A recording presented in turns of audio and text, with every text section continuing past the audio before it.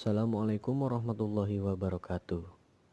Berikut saya akan membacakan hasil penelitian yang berjudul Analisis Kinerja Keuangan pada Perusahaan Asuransi dengan menggunakan rasio-rasio dalam metode Early Warning System. Sebelumnya, perkenalkan, nama saya Hasbian dengan NPM 1810075612104. Program Studi Manajemen, Fakultas Ekonomi dan Bisnis, Universitas Muhammadiyah Jambi.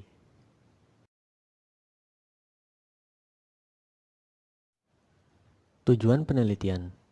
Tujuan dari penelitian ini adalah untuk menganalisa kinerja keuangan perusahaan sektor asuransi yang terdaftar di Bursa Efek Indonesia atau BEI. Ditinjau dari metode Early Warning System pada tahun 2016 sampai 2018. Manfaat penelitian.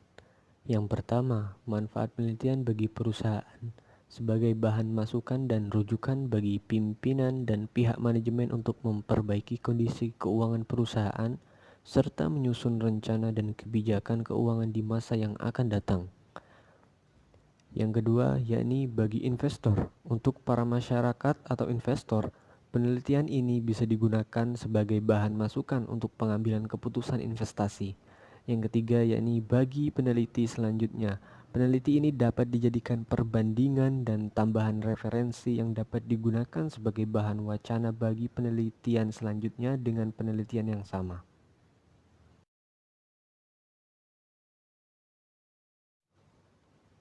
Sistematika penulisan. Bab 1, pendahuluan. Pada bab ini membahas tentang uraian mengenai latar belakang masalah yang diambil. Selain itu, dibahas juga mengenai perumusan masalah, tujuan penelitian, manfaat penelitian, dan sistematika penulisan. Bab 2, landasan teori. Pada bab landasan teori ini membahas tentang berbagai konsep dasar dan teori-teori yang mendukung dan berkaitan dengan topik penelitian dan yang melandasi penelitian. Penelitian yang akan dilakukan dan hal-hal yang berguna dalam proses analisis rumusan masalah serta landasan terhadap penelitian-penelitian serupa yang pernah dilakukan sebelumnya. Bab 3, metode penelitian. Pada bab metode penelitian ini membahas tentang metode pengumpulan data yang digunakan dan analisis-analisisnya.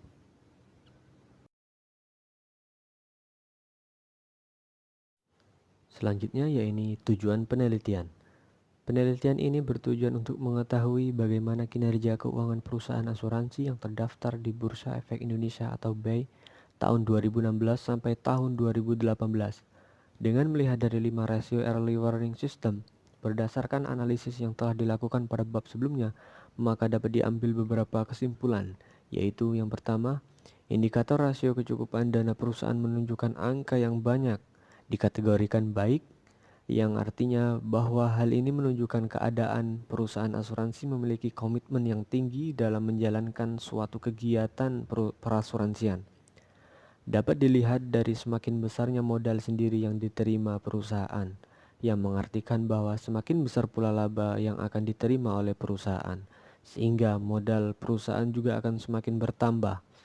Terdapat 7 perusahaan dikategorikan baik dan 4 perusahaan dikategorikan buruk. Yang kedua yaitu rasio beban klaim karena berada di atas batas maksimum sebesar 62,02% berdasarkan ketentuan NAIC (National Association of Insurance Commissioner). Karena pada rasio ini terdapat banyak perusahaan yang dikategorikan buruk selama 3 tahun, menunjukkan angka di bawah nilai maksimum yang telah ditentukan. Artinya, selama waktu penelitian yaitu tahun 2016 sampai 2018, seluruh sampel belum mampu membayar beban klaim dengan baik dari pendapatan premi yang diterima.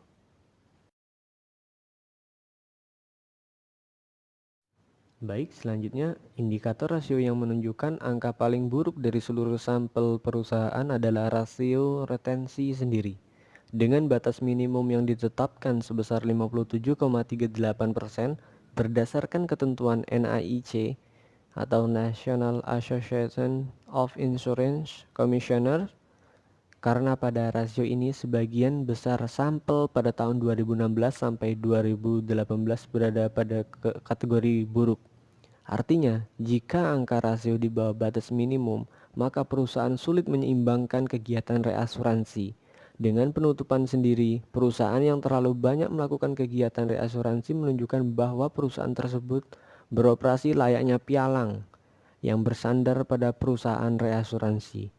Perusahaan yang termasuk kategori ini berarti tidak mau menanggung resiko yang besar terhadap suatu penutupan premi, sehingga perusahaan membagi resiko tersebut kepada perusahaan asuransi lain.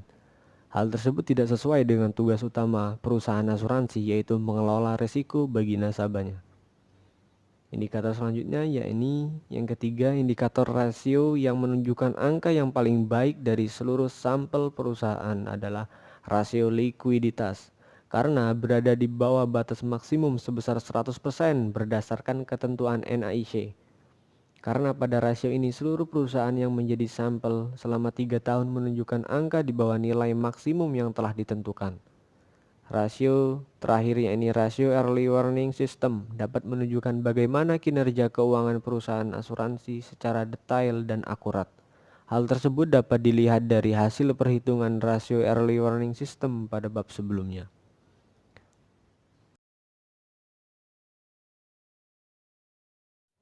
Demikianlah hasil presentasi yang saya bacakan. Saya akhiri. Wassalamualaikum warahmatullahi wabarakatuh.